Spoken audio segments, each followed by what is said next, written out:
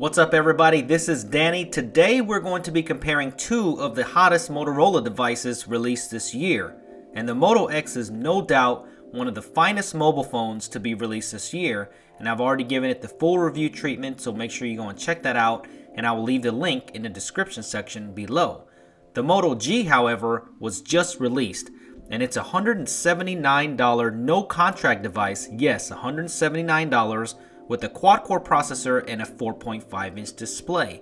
This may be the best prepaid option ever by any company as of today. And the Moto X I'm going to be showing you today is a customized version created in Moto Maker, and I will show you what color combination I picked for my personal device. So if you could have one of these underneath your tree, which one would it be? Let's unbox both and do a full comparison and see which one you like best.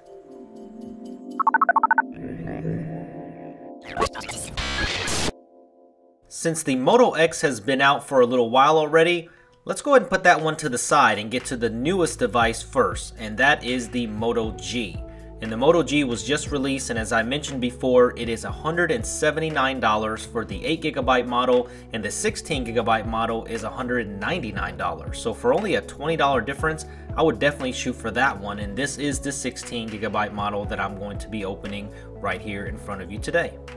Remember, this is $179 without a contract, so you're going to be able to do this with prepaid. It is GSM only at this time, but I think there's plans to release CDMA models for Verizon and Sprint later on in the future, so stay tuned for that.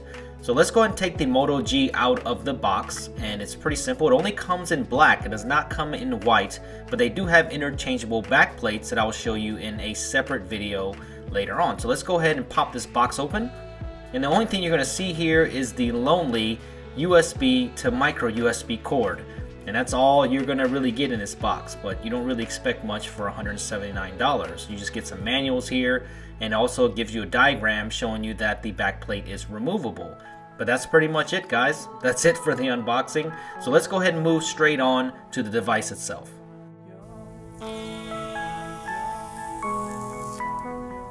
There is the Moto G with the 4.5-inch 720p display, and looks like that the Moto G keeps the same design language as the Moto X. The plastic on the back feels a little bit cheaper compared to the Moto X, but man, if you really looked at them super fast, it would look like a Moto X. So speaking of that, let's go ahead and take a look at my customized Moto X. In Moto Maker, you can pretty much have an infinite amount of color combinations. You can pick a white screen and a black screen, but the back goes from anywhere yellow, pink, purple, blue. You can pretty much get anything. So let's go ahead and take this out of the box and see what color combination that I chose. First, let's take a look at the accessories that come with the Moto X. There's a little blue pouch here, and when you open that up, you get a Let's Get Started guide and some other documentation. We'll just throw that to the side like we do with every other phone. Next, you get a Motorola logo power brick, which is nothing special, and you also get a micro USB to USB cord for syncing and charging. Another little blue pouch here, and that reveals the Motorola SIM tool remover. Pretty cool. I like the way it looks. Let's take the plastic off of the front, and it reveals the 4.7-inch 720p display. A little bit bigger than the Moto G, but still 720p.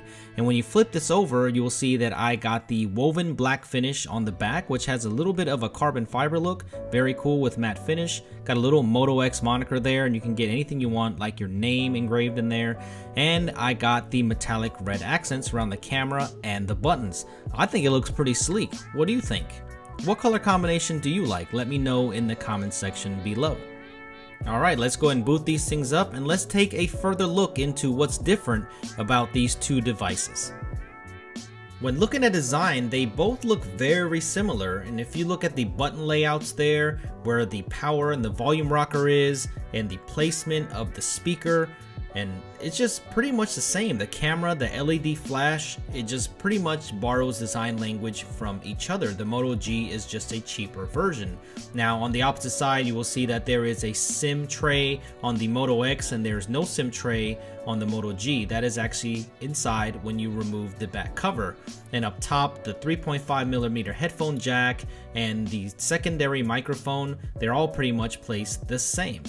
The screen is where the differences start. The Moto X has a 4.7-inch display and the Moto G has a 4.5-inch display. The Moto X has a Super AMOLED display where the Moto G has an LCD display. And you can tell the difference in between both when you take a look at them side by side. The Super AMOLED screen is going to give you darker contrast, blacker blacks, and maybe a little bit of oversaturation on the colors. But when you take a look at the LCD on the Moto G, it's actually very good for a $179 screen. You would think that this screen is going to be pretty terrible and washed out, but that's not true at all. It's actually even got decent viewing angles too, and the color replication is great on this 4.5-inch display. And I had no problems with it whatsoever, and I just expected it to be a worse display, but it's actually a very beautiful screen. Not as bright as you might want it to get, but that's about it. Now when you look at them side by side, look at the contrast differences there in the blacks. And also when you look at the whites, you can tell that the LCD has a bluer color panel and the AMOLED screen has more of a yellow tint. So the whites are not as accurate on the Super AMOLED. But take a look at how black the blacks are on the Moto X on the left, where you can't even tell where the screen and the plastic meet. But you can definitely tell on the LCD. So some subtle differences there. I think it's just a personal preference, but with the Moto X, it does have active notifications and it makes a huge difference where that AMOLED technology fits in. And I'll show you that later on.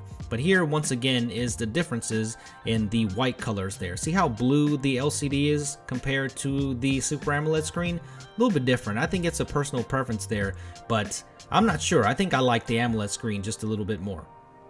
The chipsets powering them are also very different. The Moto X features the X8 computing system, which is comprised of a Snapdragon S4 Pro dual-core processor with a quad-core graphics chip and 2 other cores for contextual awareness and language processing.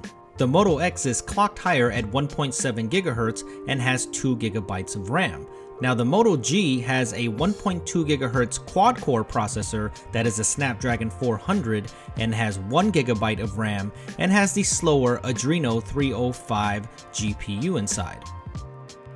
Let's run a quick Geekbench 3 score here, and of course benchmarks don't mean everything. Some phones benchmark extremely well, but their UIs are really stuttery and it's terrible, and the Moto X has proven that benchmark scores are not everything, because Moto X runs fantastic despite its dual-core processor. And look at it, 1254 on multi-core, 669 on single, and it's really not that great in the world of quad-core processors today. And look at how much longer the Moto G is taking, and 330 on single and 1112 on the multi-core for the Moto G. They're really not that much different here. Very surprising to me actually when I ran this, but on the real-world performance, you're going to see a difference with the Moto X. The batteries differ on both of these devices and none of them are removable, but the material on the back is going to depend on what backplate you have on the Moto G and what you pick in Moto Maker for the Moto X. Now, the difference with the Moto G is this backplate is removable. Just put your finger where the micro USB port is and go ahead and pull away. Very easy to do, but I cannot believe this battery is not removable. That just doesn't make sense to me if you're going to pull off a back. And I know it was for the interchangeable plates, but it's got a 2070 milliamp battery, and the actual battery life is very good. Since it doesn't have LTE, it has really good battery life. No problem with one-day use. Definitely, sometimes 2. And the Moto X has a 2200 milliamp battery, and it has a decent battery for its size. And of course, with the X8 computing processor, it does very well on battery as well. Definitely both of these are 24-hour devices in my testing, so I don't think the battery life is going to be a disappointment for either of these devices. The software right now also differs, where the Moto X already has Android 4.4 KitKat and the Moto G is running 4.3 Jelly Bean, but Motorola already said that it's going to roll out in January, so it should be out very soon, and by the time you watch this video, both of these are probably going to be running 4.4 KitKat. I've noticed that the Moto X has a little bit better phone call quality, but it might have to do with the placement of the mics, but I'm not sure about that. But the Moto X has fantastic phone call quality, and you can see that the front-facing camera here is placed a little bit differently on the front compared to the Moto G. And the Moto G also has an LED notification light, which the Moto X does not have. And the Moto G is also a little chubbier than the Moto X. To keep the cost down of the Moto G, there is no LTE included. So if you're looking for LTE, you're going to have to go with the Moto X. And the Moto G is limited to HSPA+, global, and US GSM. So it's pretty fast. It's very fast on the T-Mobile network. I was getting about 12 megabytes per second down, so not too shabby at all. As I mentioned earlier, the Moto G has a active LED notification light, but the Moto X uses the active notification system right on the screen. So when you get your text messages and notifications, they show up right there on the screen, and the AMOLED technology definitely helps with the blacks conserving battery life. Okay, Google now. What's the temperature outside right now?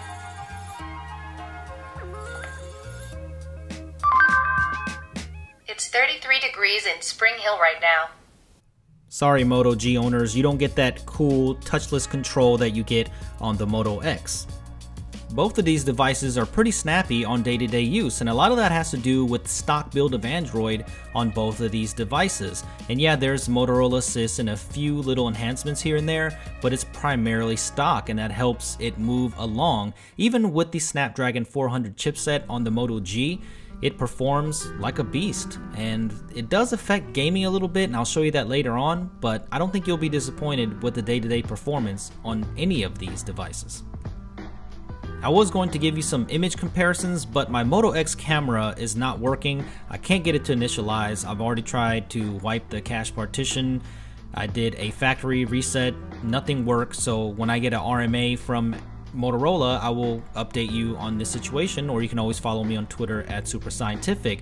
But the Moto X has a 10 megapixel clear pixel camera with an LED flash, so it has the higher megapixel count and the better sensor. And the Moto G has a 5 megapixel camera also with an LED flash. So I'm pretty sure that the Moto X is going to blow away the Moto G camera when it comes to image quality. The software is the same experience on both sides though, very simplistic, and the great thing about this is now that the camera app is a separate part into the Google Play Store, it's a separate app, so you don't have to get an OTA or get a firmware update or anything like that. Very simplistic controls, and now they've also added exposure and focus control, which is very cool. So very easy to take a picture here, very simplistic software. And I'll definitely give you an image update later on if you want to. So if you want that, then leave your comment in the comment section below and let me know if you want to see the comparison between both of these devices. The Moto X is also going to give you higher resolution video capture. So if you take a lot of video on your phone, then you're going to want to go with the Moto X. Let me tell you though, both of these devices that I have are fingerprint magnets, especially the black Moto G. It will have a lot of fingerprints on there, and you're gonna have to clean it very often. It gets grubby quick. So let's touch on the video gaming real quick. And the Moto G has the Adreno 305 GPU, which is definitely the weaker out of the two devices, but it's a very capable chip. I've played a lot of games on the Adreno 305 graphics chip before, and what you're going to notice is when you play video games like Dead Trigger 2, which is highly graphically intensive, you're going to see a few frame rate drops here and there, and it's not going to be as smooth, but look, it's perfectly playable. So if you're worried about gaming on the Moto G, I wouldn't worry about it too much. If you're a big gamer though, I'd probably go for the Moto X, for it has the Adreno 320 graphics chip. It's not the Adreno 330 that's out in the Snapdragon 800, but it's very capable, and you can see that the frame rates are faster on this. It's going to go for a much smoother gaming experience. So if I was to play a lot of games on my device, then I would pick the Moto X over the Moto G. Well, I hope you enjoyed this breakdown of the Moto G and Moto X. Sometimes it's good to show them together so you know which one you want to buy. They're for two separate audiences for sure, where the Moto X is still their flagship and it's going to give you all the active notifications and your touchless control and all the stuff that Motorola built up this year for their comeback. I mean, I think it's one of the best devices that was released in 2013. But the Moto G is something very special. It's a $179 device with very minimal sacrifices. I mean, the only thing you're really sacrificing here is LTE connectivity. I mean, you have a beautiful 4.5-inch display, quad-core processor, and a gig of RAM, pretty fluid, and it's got decent battery life. I mean, you really cannot ask for more when it comes to an unlocked device like the Moto G. So I definitely recommend both of these devices, so I hope that this review helped you pick which one that you wanted. So sound off, let me know which one you like best. Since the Moto X now is $99 or less on contract, is it more appealing to you now? Or is the Moto G gonna be the one for you where you can just pay $200 and get a 16GB version and just go into it SIM free? Make sure you give me a thumbs up if you enjoyed this video, and if you have any more questions, feel free to hit me up at Super Scientific on Twitter. Make sure you subscribe to my channel so you don't miss any more videos like this one, for there's a whole lot more. And thank you for watching, and I will see you guys in the next video.